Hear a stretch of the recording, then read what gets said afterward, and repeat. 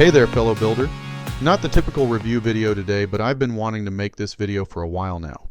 It's all about a brick company that doesn't always get the spotlight, but definitely deserves more love.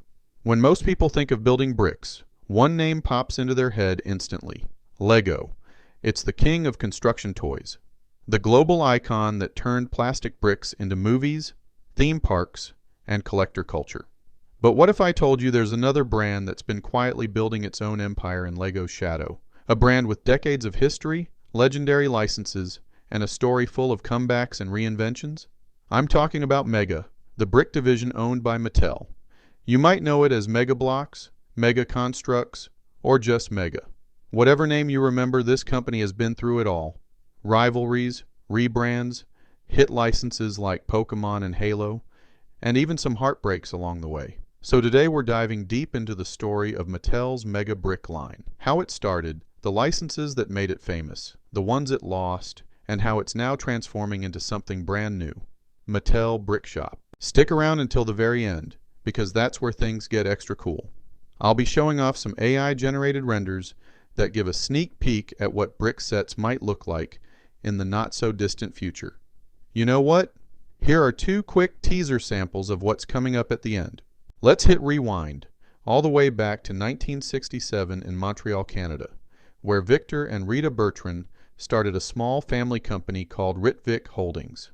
Back then, they weren't dreaming up toy sets or miniature bricks. Nope, they were making everyday plastic goods. But that was just the warm-up act. Everything changed in 1985 when the Bertrands took a bold leap into the world of building toys. Their new creation? Mega Bloks. Big, colorful, easy-to-stack bricks made just for toddlers. They were bright, sturdy, and most importantly, affordable, a perfect rival to Lego's Duplo line. Parents loved the price, kids loved the fun, and just like that, Mega Bloks became a household name. By the late 90s and early 2000s, Ritvic had evolved into mega brands, expanding beyond toddler toys into puzzles, art kits, and eventually undetailed licensed sets. The result? Mega grew into the world's second-largest construction toy company, trailing only Lego. Not bad for a family business that started in a Montreal basement. But here's the thing about Mega. It never stays still for long. If you followed the brand, you already know. It's reinvented itself more times than a transformer. New names, new looks, new audiences, yet every version has carried the same creative spirit. So let's take a fun stroll through Mega's many makeovers. First we have Ritvic, which lasted from 1967 to 1984. It all began as a family venture making everyday plastics. There were no flashy toy sets or collectible minifigures yet, just the seeds of an idea waiting to sprout. The company's commitment to quality and creativity, though, was already there.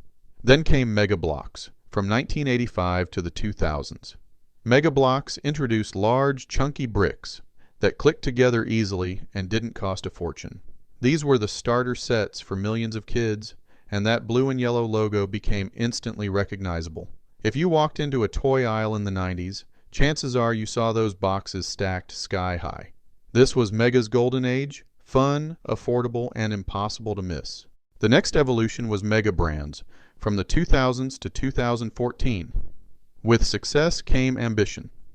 Mega expanded into new categories, puzzles, art supplies, and detailed playsets aimed at older kids.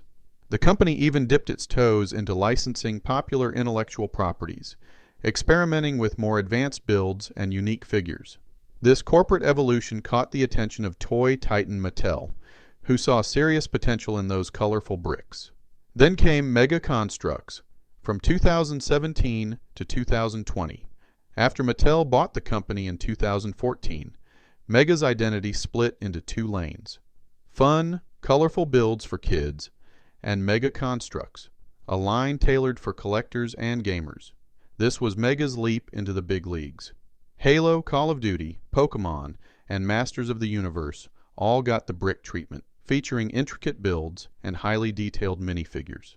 Suddenly, Mega wasn't just about playtime. It was about display time. Just Mega was next. From the 2020s to present, by the 2020s, Mattel wanted to simplify. Out went the Constructs label, and in came a clean, bold rebrand, just Mega. The goal? Bring all their product lines under one identity and refresh their image for a new generation. The sets got sleeker, the designs sharper, and the branding more cohesive. Mega was once again ready to stand toe-to-toe with Lego, but this time with a more refined, confident voice. And finally, we have Mattel Brick Shop, which started in 2025. Mega has hit the refresh button yet again, but this time it feels different. Welcome to the Mattel Brick Shop era, the sleek, collector-grade evolution of Mega that's aiming straight for the display shelf. This is premium territory. Higher piece counts, smarter designs, and that satisfying click of improved quality. Think intricate builds that look just as good sitting on your desk as they do in your social media feed. Mattel has decided to build its brick empire around its own biggest stars: Hot Wheels, Barbie, Masters of the Universe, and more. A creative playground completely under their control. Imagine it, a Hot Wheels garage that actually feels like an engineering masterpiece, a Barbie dream house built with architectural flair, or a Masters of the Universe display set so detailed that Skeletor would be proud to show it off in Snake Mountain. By leaning into its own legendary brands, Mattel has found the golden ticket: total creative freedom. They don't have to ask anyone for permission to dream big, experiment, or design wild. Through all these transformations, one thing's clear: Mega refuses to sit still. Sometimes it aims for toddlers stacking their first blocks. Other times, it's courting hardcore collectors, assembling pop culture icons piece by piece. That flexibility is both its superpower and its greatest challenge, constantly adapting, but always searching for its perfect audience. And yet that's what makes Mega so fascinating. This isn't just a story about competing with Lego, it's about a brand that's been bold enough to keep reinventing itself. From a tiny Canadian plastics company to a major global name under Mattel's banner, Mega's journey has been anything but ordinary. Who knows, with Mattel Brick Shop, this might finally be the version that sticks the landing. If you like what you've seen so far and want to help support the channel, now's the perfect time to smash that like button. It's a small click, but it makes a huge difference in helping the algorithm share this video with more awesome builders. In 2014, Mega's story took a major plot twist, worthy of its own blockbuster set. Picture this: Toy Titan Mattel, yep, the same crew behind Barbie, Hot Wheels, and Masters of the Universe, spots Mega brands and says, "We'll take it," for a cool $460 million. But here's the thing, Mattel wasn't just buying another toy company. Nope, they were making a move straight into Lego's territory. Mega already had the bricks, the licenses, and a loyal fan base. Mattel brought the marketing muscle and worldwide reach. On paper, it looked like the ultimate team-up. In practice, let's just say a few pieces didn't quite click. But more on that in a bit. Fast forward to 2017, and Mattel rolls out Mega Constructs, a sleek new sub-brand designed for older kids, collectors, and adult fans of Lego. These sets were sharper, more detailed, and packed with pop culture goodness. Meanwhile, the good old Mega Bloks name stayed in the family lane, keeping the preschool crowd happy with big, colorful bricks. This split strategy was clearly inspired by Lego's own playbook. Think Duplo versus Lego system, but with a Mega twist. It could have been a masterstroke if the focus had stayed consistent. Instead, shifting priorities and brand identity hiccups made the road ahead a little bumpy. By the time the 2020s rolled around, Mattel decided to clean things up again, merging everything under one unified Mega logo. Bold, simple, and ready to go brick to brick with Lego. Unfortunately, all those name changes and rebrands didn't exactly help build momentum. In the world of bricks, consistency is key, and Mega kept hitting the reset button just when it was getting good. So how did Mega manage to stand out in a brick world ruled by Lego's mighty empire? Simple, they went where Lego wouldn't. While Lego stuck to its squeaky clean, family-friendly universes, Mega rolled up its sleeves, dove into the trenches, and said, "Let's build something a little edgier." And honestly, it worked. Let's start with Halo, the crown jewel of Mega's lineup. Debuting in 2009, this line was a total game changer, literally. Mega captured the look and feel of the Halo universe with incredible detail. Warthogs, Pelicans, Spartans, you name it. The sets looked like they had teleported straight out of your Xbox. It's still one of Mega's longest running and most beloved lines. I've got a few myself. The detail is fantastic, though I'll admit the endless Warthog repaints got a little old. Still, for Halo fans and Army builders, it was a dream come true. Next up, Call of Duty. This line went where LEGO would never tread. Full-on military realism. Tanks, helicopters, camo-clad soldiers, and gritty dioramas gave fans something fresh and bold. It hit the sweet spot for older collectors who wanted something display-worthy and grounded in realism. I've picked up a few of these too. And the smaller sets that came with a soldier and mini scene? Absolute favorites. Then came Pokemon in 2017, and Mega seemed to catch lightning in a Pokeball. The build-and-show figures like Pikachu, Charizard, and Gyarados were spot on. Colorful, charming, and perfect for both families and collectors. But here's the frustrating part. The potential was huge, and Mega didn't quite keep the momentum. Sets would trickle out instead of dropping regularly like LEGO waves. I'd find incredible builds on Amazon, thousands of likes, glowing reviews, but no consistent release schedule. With a brand as massive as Pokemon, Mega could have built an empire of its own if they'd just kept pace. And then there were the nostalgic hits.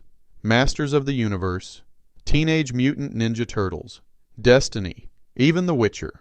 All iconic, all packed with potential. Masters of the Universe especially. I grew up with that one. The sets looked awesome. Battle Cat, Havoc Staff, Power Sword, but they just kind of appeared out of nowhere. Hardly any marketing, and good luck finding them on store shelves. Even without the heavy marketing, Mega's strategy was clear. If LEGO was busy building movie worlds like Star Wars or Marvel, Mega was building for the gamers, the collectors, and the nostalgic fans who wanted more grit, more detail, and more edge.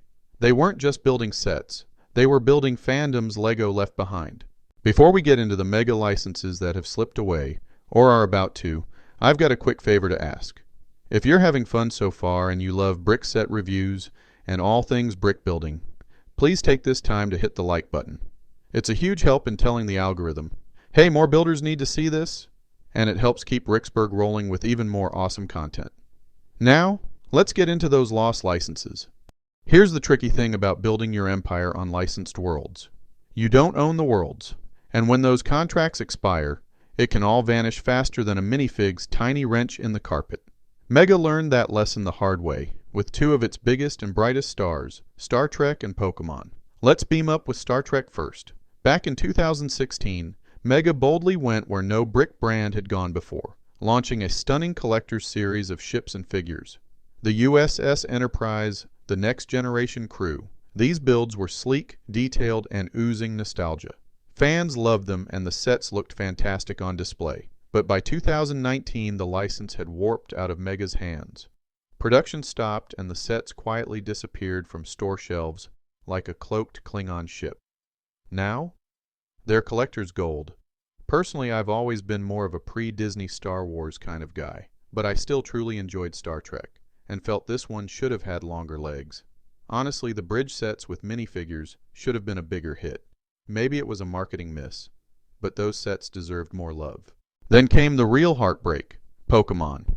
For years, Mega's Pokemon line seemed to be the brand's golden ticket. The build and show figures pulled in kids, collectors, and casual fans alike.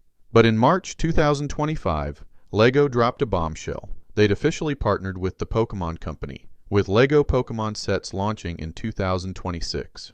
For Mega fans, that announcement hit like a critical hit. From the outside, the writing was already on the wall. Mega hadn't been releasing new Pokemon sets regularly, and finding them online was like hunting for a shiny. When you did spot one, it was usually through a third-party seller. Some sets may have been Target exclusives, which, if true, was a questionable call. The line deserved way more visibility than that. Losing Pokemon wasn't just about lost sales, it was a loss of identity. For a lot of families, Pokemon was how they discovered Mega in the first place. Without it, that connection, that bridge to a new generation of builders, started to crumble. It's a tough reminder that even when you've got the talent, creativity, and passion to rival the big players, building on someone else's license is always a fragile foundation. One wrong move, or one new contract, and the whole world you've built can vanish in a puff of smoke. So where can you actually find mega sets these days? Unlike Lego, which has entire branded stores, huge online shops, and theme park empires, Mega plays in the mass market sandbox. You won't find a glowing Mega store sign at the mall, but you will spot their sets sprinkled across Walmart, Target, Amazon, and occasionally at random stores. Their approach is simple: keep it accessible, in both price and availability. Mega wants to be the kind of brand you can stumble across while grocery shopping, not just during a collector's pilgrimage. For the more dedicated fans, there's also Mattel Creations, Mattel's collector hub where premium Mega sets drop, now branded under the sleek new Mattel Brick Shop label. These releases are limited, detailed, and clearly aimed at the adult crowd. Think intricate Hot Wheels displays, Masters of the Universe builds, and other collector-grade sets. It's a smart two-tier system. Casual buyers get easy access, while hardcore fans get something special to chase. That said, let's be honest. The in-store experience is a bit of a mixed bag.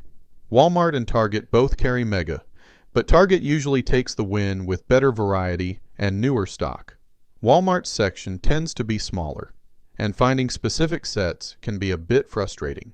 And exclusivity? That's where things get tricky. Limiting certain sets to one retailer might sound great on paper, but in reality, it just frustrates fans. If you're going to build excitement, make it easy for people to actually buy the product.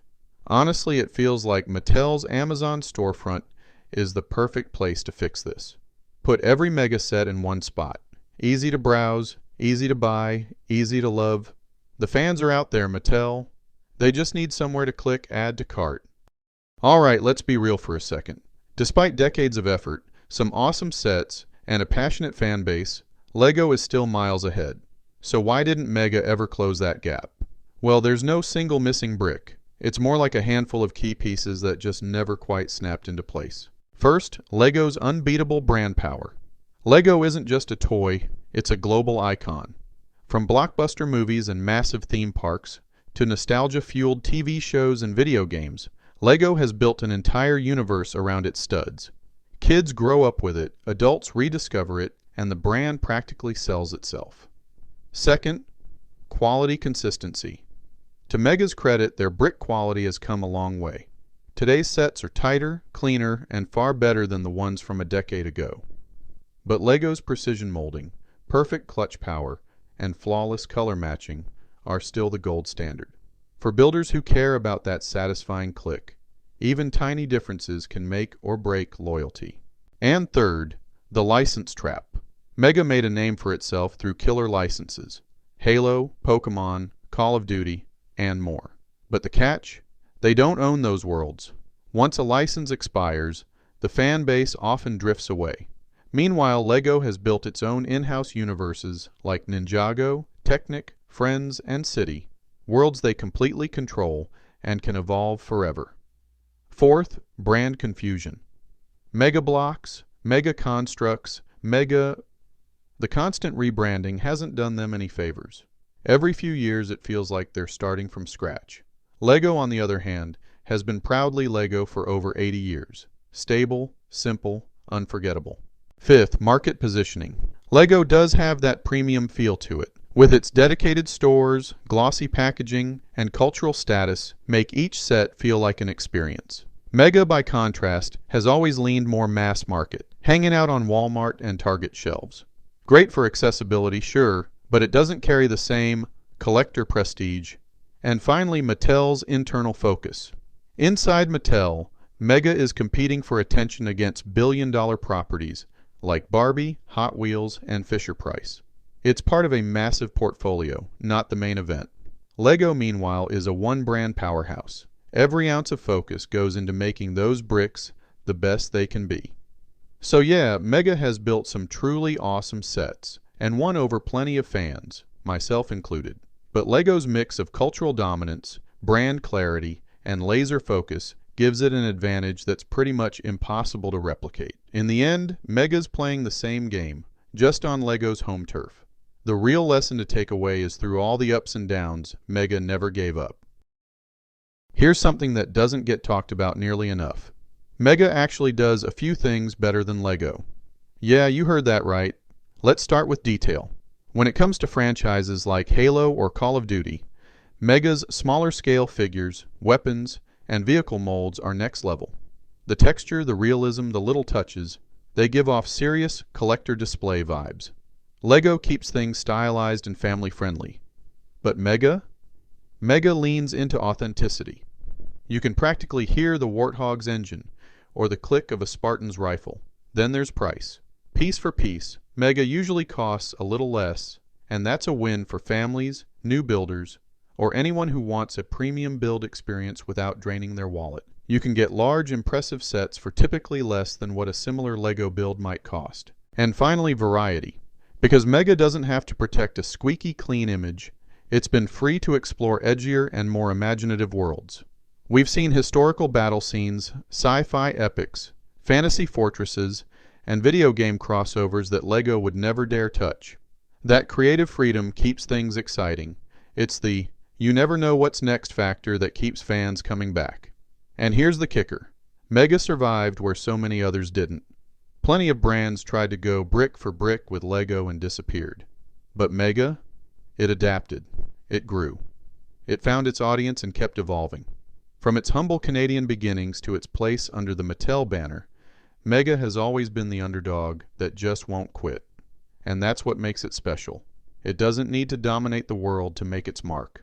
Now, with Mattel Brick Shop stepping into the spotlight, the future looks seriously bright. Instead of chasing outside licenses, Mattel's leaning into what it already owns. Hot Wheels, Barbie, Masters of the Universe, and more. Just imagine. A brick-built Hot Wheels garage, packed with detail and custom cars. A Barbie dream house that's both glamorous and totally buildable. Or a Masters of the Universe build so epic it makes every collector drool. If Mattel keeps the momentum going, focusing on quality, consistency, and premium presentation, Mega could finally step out of Lego's shadow entirely. It won't just be that other brick brand. It'll be Mattel's creative building powerhouse, with its own identity, its own fan base, and a future that's ready to shine. Because at the end of the day, Mega's always been about one thing: building differently. If you like what you've seen so far and want to help support the channel, now's the perfect time to smash that like button. It's a small click, but it makes a huge difference in helping the algorithm share this video with more awesome builders. Now here's where things really start to shift gears.